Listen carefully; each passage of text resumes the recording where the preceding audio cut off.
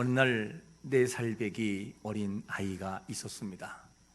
이 남자아이가 있는데, 그런데 이 남자아이가 13층에서 죽을 뻔했던 사건이 있었어요. 그 사건이 어떤 사건이냐면, 생활고 때문인지 아니면 가정의 문제 때문인지 이 아내가 4살배기 남자아이를 13층에서 바깥으로 그냥 던지려고 했었어요. 자, 어머니가 그 정도가 된다면 대체 심리 상태가 어느 정도일까?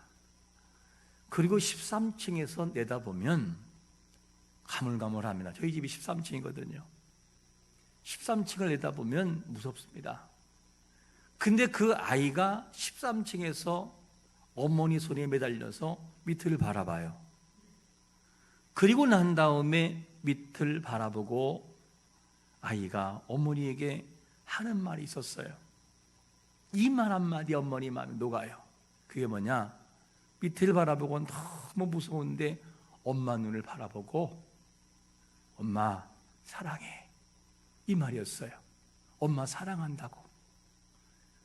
이 말을 들었던 이 어머니가 당시에 이 증언하는 걸 들어보니 뭐라고 말하냐면, 엄마의 얼굴이 뜨거워지고 그리고 머리가 뜨거워지고 마치 뭔가 한데 꽉 맞은 것 같은 그런 생각이 들더라는 거예요. 그래서 그 아이를 보는 순간 도저히 놓을 수가 없었다고. 그리고 아이를 다시 끌어올려서 부둥켜 안고, 아들아 미안하다, 엄마가 잘못했다고 이러면서 그 어머니에게 말했던, 이 어머니가 아이에게 얘기했던 이야기가 있었어요. 그러면서 하는 말이 뭐냐면, 만약에 그때 이 아들이 울거나 안 떨어지려고 발부둥치거나 엄마에게 욕을 했다면 자기는 났을 거라는 거예요. 근데 엄마 사랑해, 이 말 한마디에 그 악마 같은 그 어머니의 본성을 깨우는 거였었어요. 엄마 사랑해, 이 말 한마디가 어머니의 마음을 자극하고 모성애를 자극했다면, 사랑이라고 하는 이 단어가 굉장히 중요해요. 사랑한다, 사랑이라는 이 단어가. 그래서 이 사랑이라고 하는 단어가 뭐라고 말하냐면, 요한일서 4장 7절에서 이런 말씀을 해요. 사랑하는 자들아, 우리가 서로 사랑하자. 사랑은 하나님께 속한 것이니. 그리고 요한일서 4장 10절에서 뭐라고 말씀하냐면, 사랑은 여기 있으니 우리가 하나님을 사랑한 것이 아니요 하나님 우리를 사랑한 것이 하사 우리의 죄를 속하기 위하여 화목제물로 그 아들을 우리에게 보내주었다는 거예요. 사랑이라는 속성이 누구한테 왔느냐? 하나님께로부터 온 것을 믿으시기를 축원합니다. 하나님께 왔다는 거예요, 사랑이. 그래서 이 사랑이라고 하는 것이 굉장히 중요한데, 사랑이 우리 마음속에서 용광로처럼 끓고 있으면 어떤 사람도 녹일 수 있음을 믿으시기를 축원합니다. 사랑이 끓어올라야 돼요. 사랑이 넘쳐야 돼요. 누구든지 않으면 마음에 녹아지는 이런 역사가 우리 앞에 있어야만 돼요. 이것이 하나님의 사랑의 속성이에요. 자, 그러면 하나님의 속성 속에는 사랑만 있을까 하는 질문이에요. 아니요. 뭐도 있느냐? 지혜도 있어요. 이 지혜를 소유하면 사람들이 참으로 윤택한 삶을 살아갈 수 있어요. 오늘 본문에도 지혜에 대해서 말씀하는데, 하나님께로부터 나오는 이 지혜를 가지면 윤택한 삶을 살아가는데, 이 지혜를 뭐라고 표현하느냐? 오늘 본문 첫 번째로 뭐라고 표현하냐면, 유산같이 아름답고 산자에게 유익을 준다는 거예요. 이게 뭐냐? 지혜라는 것이죠. 그래서 11절에 보니까 뭐라고 말씀하죠? 지혜는 뭐같이? 유산같이 아름답고 햇빛을 보는 자에게 유익한다. 이게 무슨 말이죠? 산자에 있는 자에게, 살아있는 자에게 유익하다, 이 얘기예요. 유산같이 아름답다라고 하는 이 말을 두 부분으로 해석할 수 있어요. 원문을 보면 유산같이 아름답다라고 하는 이 단어가 뭐냐? 임이란 단어. 임, 이 단어는 두 가지로 표현할 수 있는데 무엇 같이, 그리고 무엇과 함께, 그런 뜻이에요. 만약에 유산같이 아름답다 이 말을 무엇 같이라고 해석한다면 이렇게 돼요. 지혜가 하나님으로부터 분배받은 땅이나 부모로부터 물려받은 재산처럼 귀하다, 이게요. 지혜는 너무너무 귀한 것이다. 그처럼 아버지로부터 물려받은 땅처럼, 하나님에게 기업을 물려받은 것처럼 그와 같이 중요하다, 이 얘기예요. 이것이 무엇과 함께라는 임으로 해석할 경우는 어떤 것이냐면, 어떤 사람이 많은 유산을 가지고 있어요. 그리고 많은 명예를 가지고 있지만 지혜가 없으면 모든 걸 잃어버려요. 그런데 그에게 지혜와 함께 유산이 간다면 굉장한 유익과 함께 보존할 수 있다, 이 얘기예요. 해석이 저는 앞에 있는, 전에 있는 얘기를 따르든 그 다음에 후자를 따르든지 중요한 것은 뭐냐면, 지혜라고 하는 것은 인생에 꼭 필요하다 하는 것을 우리에게 알려주는 것이죠. 인생을 살아감에 있어서 지혜를 소유한 자가 되시기를 축원합니다. 지혜가 있어야 돼요. 이 지혜는 우리에게 너무난 유익을 주어요. 그런데 이 지혜라고 하는 영역이 크게 우리가 작용합니다. 광범위하게 해석한다면 우리의 말하는 것도 지혜 속에 있어요. 어떤 사람은 말을 많이 하는데 덕을 세우지는 못하는 사람이 있고, 어떤 사람은 말을 적게 하는데도 그 속에 강렬한 힘이 있어요. 말 한마디 사람이 움직여지고 말 한마디 사람의 마음에 감동이 주어져요. 그래서 그 말을 조용히 듣다 보면 맞아 그렇게 말하게 되는 것이죠. 이게 뭐냐? 지혜의 영역이라는 거죠. 말도. 또 어떤 사람은 어떤 일이 있느냐? 지혜가 없어서 너무나 급한 마음으로 노를 바래요. 그래서 지혜가 없다 보니까 마음에 상처를 줘요. 그런 사람에게는 뭐냐? 지혜가 없기 때문에요. 똑같은 말광동이라 할지라도 지혜롭게 말을 하면 얼마나 기분 좋냐고요. 여러분, 같은 말이라도 아저씨 원숭이 닮았어요, 이 얘기하고 저 원숭이 아저씨 닮았네 하는 거하고는 기분 다른 문제라니까요. 왜? 사람이 동물을 닮았다는 얘기하고 동물이 사람 닮았다는 얘기하고는 다른 문제지요. 기분의 문제라는 얘기죠. 같은 말이랄지라도. 그래서 우리에게는 지혜가 필요해요. 또 어떤 사람은 이 인내, 지혜가 없어서 인내하지를 못해요. 조금만 참으면 하나님이 모든 것을 주려고 하시는데 인내를 못하는 거예요. 그것도 뭐냐? 지혜가 없기 때문이에요. 지혜라고 한 영역은 굉장히 중요합니다. 어떤 사람은 많은 물질과 사회적인 덕망이 있는 사람인데 지혜가 없어서 말을 잘못해서 모든 걸 잃어버려요. 때로는 정치인들이 그럴 때라요. 말 한마디 실수해가지고 얼마나 곤욕을 치릅니까? 다 그것도 지혜에 속하는 영역이죠. 부부간에는 어떻지요? 부부간에도 같은 말이라 할지라도 지혜가 함께 사는 말과 지혜를 뺀 것은 너무나 차이가 나요. 지혜와 같이, 지혜와 함께 포함된 말이 부부간의 대화가 이루어지면 너무너무 기분이 좋아요. 할렐루야. 그러나 지혜가 없으면 이 말에 상처가 되는 거예요. 똑같은 말이라 할지라도. 여인들이 미장원 갔다가 오면 관심을 좀 보이세요. 파마가 잘 나왔든 안 나왔든 여보 머리가 새롭다. 틀린 말은 아니잖아요.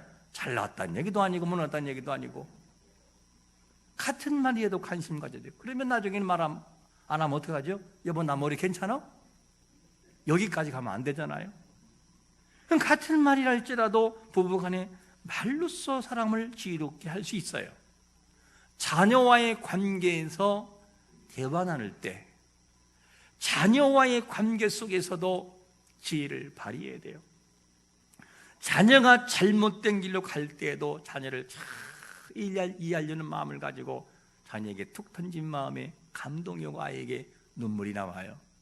그런데 잘못된 것만 그냥 장명해버리면 아이가 부모로부터 마음을 닫아버려요.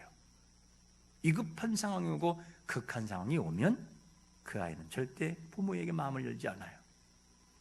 마지막 보루는 가족이에요. 아버지가 어머니거든요. 아버지와 어머니에게는 이야기할 수 있어야 돼요. 그것이 뭘로 만드냐? 지혜를 가지고 만든다니까요. 지혜가 없으면 그게 안 되는 거예요. 행동도 마찬가지죠. 그래서 많은 것을 소유했지만 지혜가 없어서 많은 것을 잃어버리는 사람이 있어요. 왜 솔로몬이 1000번제를 드리고 나에게 하나님 지혜를 주세요라고 했을까? 만약에 솔로몬이 왕이 돼서 모든 걸 다스릴 때 당신은 왕은 재판장에 있었어요. 그와 같이 판결을 내려야만 돼요. 그때 지혜가 없으면 어떡합니까? 한 사람의 영혼을 죽인단 말이에요. 그런데 지혜를 소유함으로 사람들을 살리는 것을 봐요. 솔로몬의 지혜가 얼마나 위대하면 이웃 나라들이 솔로몬의 지혜를 구경하고 들으려와요. 그게가 우리가 아는 내용이 뭡니까? 한날 아이를 낳았는데, 이 음란한 여인들이 아이를 낳았는데 한 여인이 아이를 죽였어요. 어떻게? 피곤했던지 아이를 눌러가지고 질식사가 됐어요. 본 사람이 없어요. 엄마들만 알아요. 그럼 자기들이 서로가 자기 애라고 그래요. 근데 그것을 어떻게 합니까? 솔로몬의 지혜가 야, 칼 가져와 봐라. 아이 잘라서 반반씩 나눠줘. 뭘 자극하는 거냐? 모성애를 자극하는 거예요. 진짜 엄마가 마음에 불 붙는 것 같아서 됐습니다. 죽이지 말고 차라리 저에게 달라고. 이가 그 엄마다. 이런 지혜는 하나님이 주시는 지혜로 나오는 것이죠. 그래서 우리에게는 지혜가 있어야만 돼요.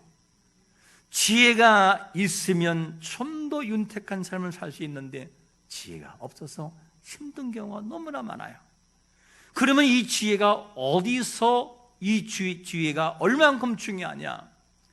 잠언서 3장 13절과 14절을 같이 한번 읽어볼까요? 같이 시작. 지혜를 얻는 자와 명철을 얻는 자는 복이 있나니 이는 지혜를 얻는 것이 은을 얻는 것보다 낫고 그 이익이 정금보다 나음이니라. 할렐루야.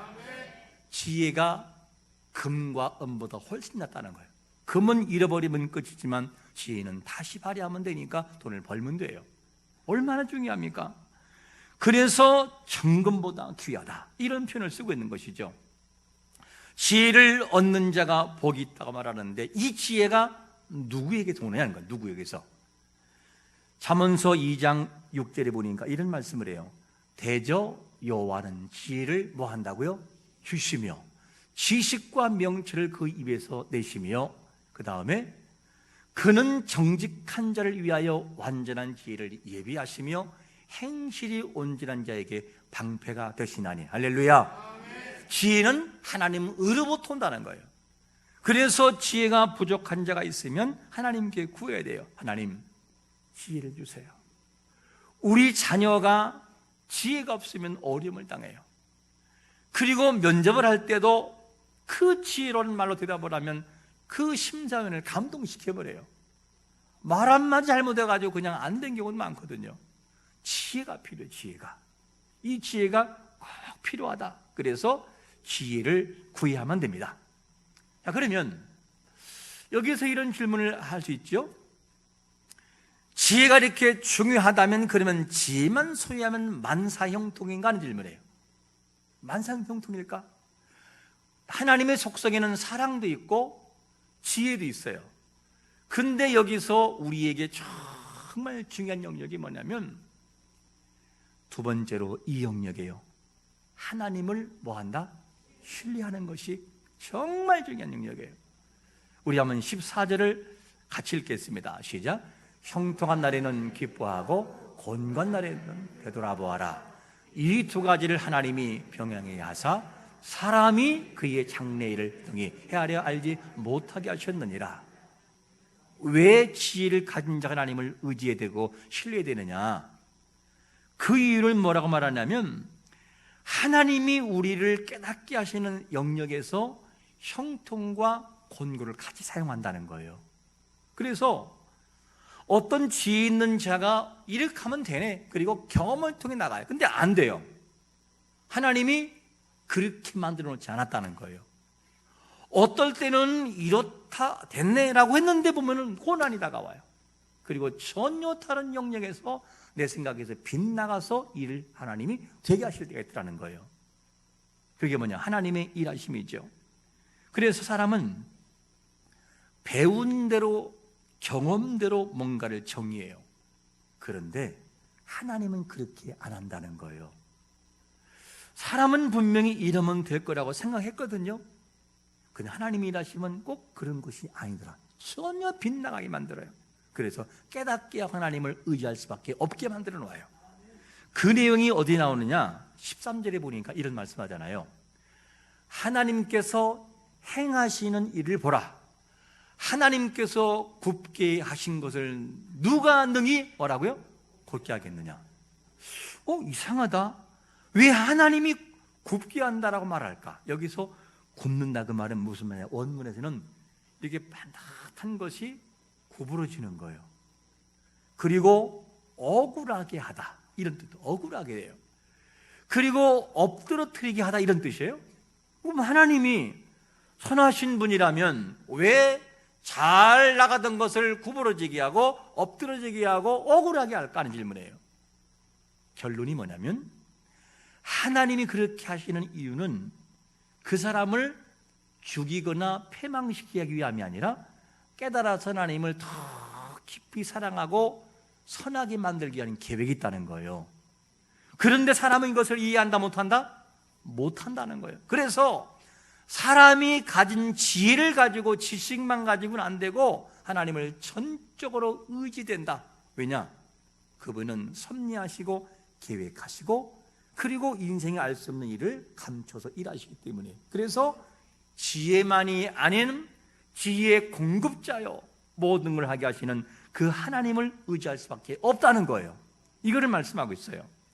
예를 들자면 굽게 한다는 것이 이런 것이죠. 욥이라고 하는 사람은 신실한 사람입니까? 악한 사람입니까? 신실한 사람이에요. 얼마나 신실하냐? 하나님이 사단에게 자랑할 만큼 사단은 그 사람의 죄악을 낱낱이 알고 있는 존재예요. 근데 하나님이 어느 한 날 천상 위에서 사단에게 물어요. 내 사랑하는 욥을 잘 지켜봤니? 예, 봤습니다. 그와 같이 정직한 사람이 없다. 그러니까 사단이 뭐라고 말하냐면 하나님이 그 욥의 재산을 다 보호해 주고요 모든 걸 해주시니까 그렇게 되지, 만약에 욥의 모든 것을 가져가면은 그렇게 안 될걸요?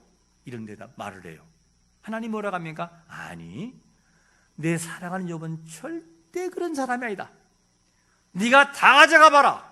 목숨만 내놓고 다 가져가 봐. 과연 그렇게 되나? 하나님이 그 정도로 믿어주어요. 여러분, 우리에게 고난이 있을 때, 죄악을 통한 고난이 있다면 철저한 통해와 눈물의 기도가 있어야겠지만 그렇지 않은 경우에 있는 고난은 우리를 믿어주시기 때문에 더 하나님께서 크게 만들기 위한 계획이 있음도 믿으시기를 축원합니다. 그걸 우리가 믿어야 돼요. 욥이 다 그랬어요. 욥이 어떤 잘못이 있어서가 아니라 하나님이 허용하신, 사단과의 대화를 통해 허용하신 그것 때문에 너무나 큰 고통을 당해요. 어떻게 하시기 위해서? 욥기 42장에서 욥이 뭐라고 합니까? 하나님, 제가 그동안은요 하나님을 이론으로 알았어요. 근데 하나님은 정말 이제 하나님을 제가 만나고 눈으로 봅니다. 이 고백을 해요. 처음의 욥과 42장의 욥은 너무 다른 욥이었어요.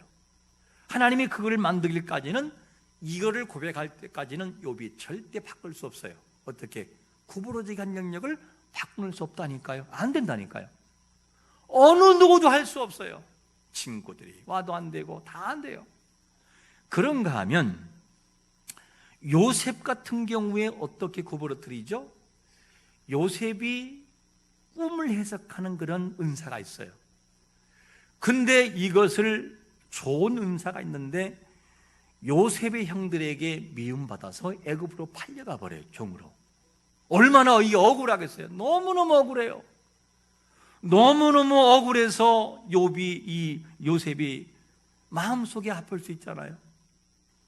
그런데 요셉이라고 하는 이 사람은요, 뭐가 되느냐? 억울한 일을 당하기는 당하는데 너무 억울한 일을 당해요. 큼직하게 살아가는데 그냥 사모님에게 도리어 성추행이라고 해가지고 뒤집어 씌워서 감옥에 들어가잖아요. 얼마나 이게 억울해요.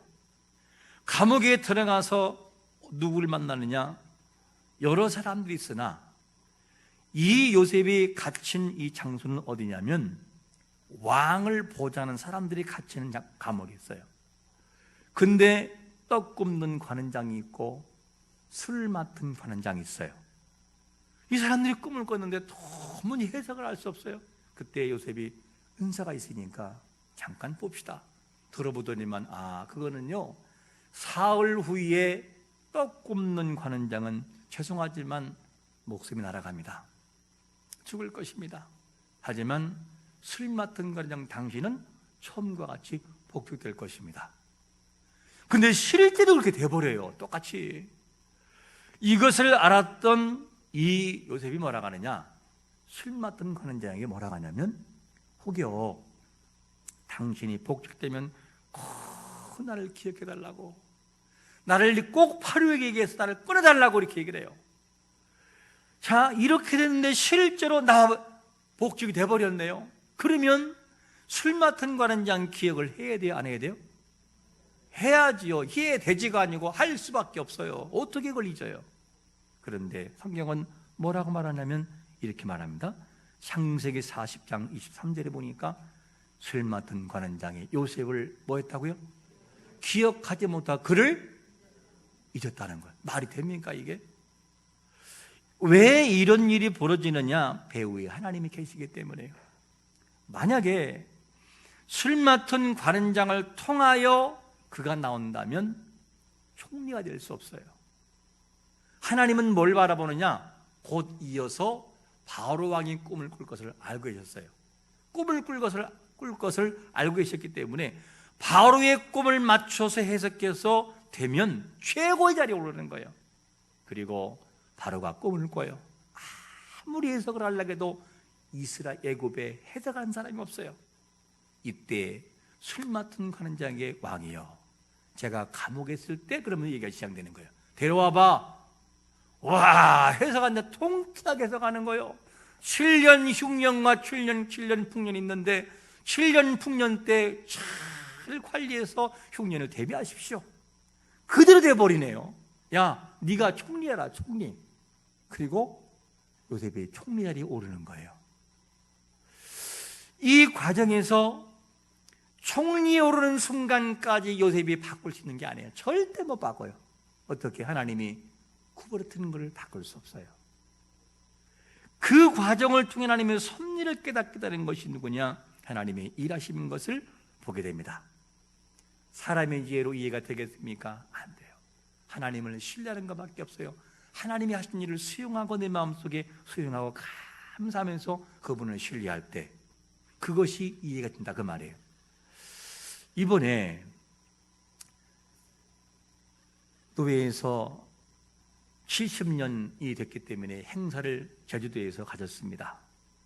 진행위원이기 때문에 같이 진행을 하는데, 이제 대형차를 빌리고 그리고 임원들이 이제 움직여야 되기 때문에 밤에 카니발 한 대를 이제 거기서 얻었어요. 가봤더니만 몇 년 후에 가보고 이번에 가보니까 공항이 좀 바뀌었더라고요. 과거에는 렌트를 빌리면 공항 안에 있었거든요. 바로 그냥 시름만 건너면 그냥 빌려왔었어요. 지금은 다 나가고 다른 데 멀리 가 있더라고 보니까요. 불편하더라고요, 굉장히. 그래서 숙소부터 그 렌트 빌리는 데까지 한 2, 30분을 가야 돼요. 그리고 이제 마지막 전날 밤에 늦은 시간에 차를 반납하러 목사님과 저와 둘이 갔어요. 가서 차를 딱 반납했는데, 야, 오는 게 너무 불편한 거예요. 공항 가기가 멀고. 그래서 콜택시 불러놓고 했더니만 잠깐 문자하고 갈 거니까 기다리세요 라고 했어요. 기다렸는데 중간에 차가 한 대가 와서 내리길래 타야 되나 말아야 되나, 아니 약속했는데 그냥 탈 수가 있나, 문자 오겠지? 그리고 차가 뚱 떠난 다음에 문자가 오더라고요. 주위에 차가 없으므로 갈 수가 없습니다. 죄송합니다. 어떻게 해야 돼요? 마음에 속상하더라고요. 근데 탈걸. 그리고 이제 다른 길이 없어요. 아무래도 안 와요. 제가 없대요. 그래서 한 20분 정도 기다려서 공항 운행하는 차를 기다리고 다 갔어요. 갔는데 공항 갔는데 또 택시들이 왜 이렇게 길어요? 또 30분을 기다려야 택시를 잡을 수 있더라고요. 다시 안 돼서 콜택시를 불렀어요. 바로 또 온다 하더라고요. 문자가 뭐냐면 바로 가겠습니다. 택시가 왔어요. 타고 난 다음에 타고 가는데 갑자기 택시 안에서 찬양 소리가 나와요. 복음성가 나오더라고요. 너무 반가워서 믿는 분인가 보죠? 예, 어떻게 하세요? 찬양 보면 알지요? 그리고 그때부터 20분 동안 속속까지 얘기가 진행되는 거예요. 와, 얘기하는데 사실 우리는 목회자입니다 했더니 자기도 형님도 목회자라는 거예요. 근데 자기 형님이 목회를 뒤늦게 시작했는데 갑자기 췌장암이 걸렸다는 거예요. 그래서 너무너무 힘든 상황을 보내고 이제는 수술을 앞두고 있었는데, 수술을 곧 해야 되는데 어머니 권사님이 아들을 위해서 한잔 기도했다는 거예요. 어머니 권사님이 기도 중에 음성이 들린 거예요. 하나님 뭐라고 하냐? 그는 내 아들이다. 내가 책임진다. 이 소리가 강력하게 들려왔던 거였어요. 자, 그러다 보니까 이 소리가 강력하게 들어오면 다음에 어머니가 뭐라고 하느냐? 아들에게 가서 너 수술하면 안 된다. 하나님이 책임다겠다. 그리고 의사를 찾아간 거였어요. 주치의를 만난 다음에 이야기를 한 거예요. 사실은 이만저만해서 수술을 좀 보류하고 마지막 한 번만 더 사진 찍어보면 좋겠다, MRI를. 주치의가 막 화를 내는 거죠. 아니, 검사를 몇 번 했는데 또 그걸 검사를 또 하냐고, 수술을 해야지 빨리. 아니라고, 한 번 부탁한다고, 안 된다고. 실갱이 버린 다음에 하도 그러니까 좋다고 그러면 마지막으로 한 번 더 해보자고 MRI를 찍었네요. MRI를 찍은 다음에 의사가 고개를 갸뚱하는 거예요. 왜냐? 이상하다는 거예요. 그렇게 봐라, 이거를 확인하기 암인데 수술해야 되는데 암이 사라졌다는 거예요. 그냥 암이 수술을 안 하고 나았다는 거예요.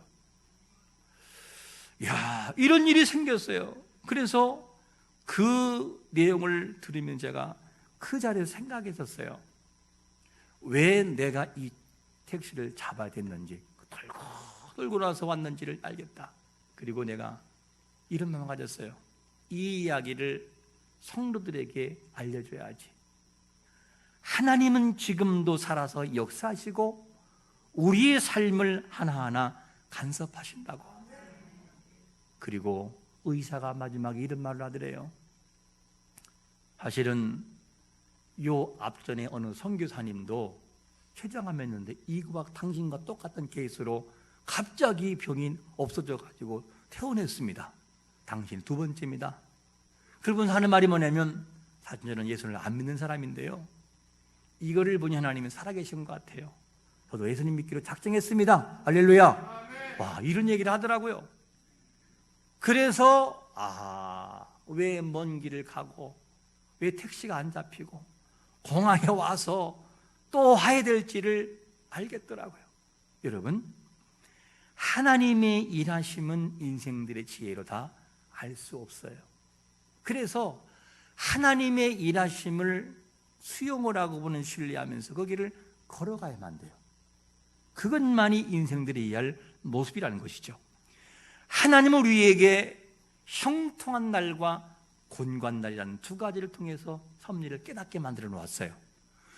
만약에 형통만 한다면 사람들이 교만해질 거예요. 이렇게 하니까 되더라, 이렇게 해야 돼. 근데 가끔 빗나가 버려요. 아니란 말이에요. 그 속에 겸손해지고 하나님의 섭리를 깨닫게 되는 것이죠. 여러분, 그래서 우리는 하나님을 신뢰할 수밖에 없습니다. 지혜도 우리에게 꼭 필요한 것이지만 그보다 더 중요한 것이 뭐냐? 지혜의 공급자가 되시는 하나님을 의지하는 것이 최고의 선인 것을 믿으시기를 축원합니다. 그분을 신뢰해야 돼요. 그래서 전도서를 마지막 마무리하면서 뭐라고 마무리되냐면 전도서 12장 13절은 이렇게 마무리됩니다. 같이 읽어봅니다. 시작. 이래 결국은 다 들었으니 하나님을 경외하고 그의 명령을 지킬지어다. 이것이 모든 사람의 본분이니라. 할렐루야. 하나님을 의지하고 하나님을 경외하라는 거예요. 하나님, 다른 말은 하나님을 신뢰하라 그 말이에요. 오늘 우리가 기억할 말씀, 지혜 있는 인생입니다. 정말 지혜 있는 인생은 하나님을 신뢰하고 하나님을 경외함으로 그 인생을 하루하루를 살아가는 인생이에요. 그 속에 하나님이 역사를 하실 것입니다. 오늘도 이 말씀을 의지하여 우리에게 하나님을 신뢰하고 하나님 주시는 지혜를 통해서 좀 더 나은 삶의 모습으로 나가기를 예수 그리스도의 이름으로 축원합니다. 아멘.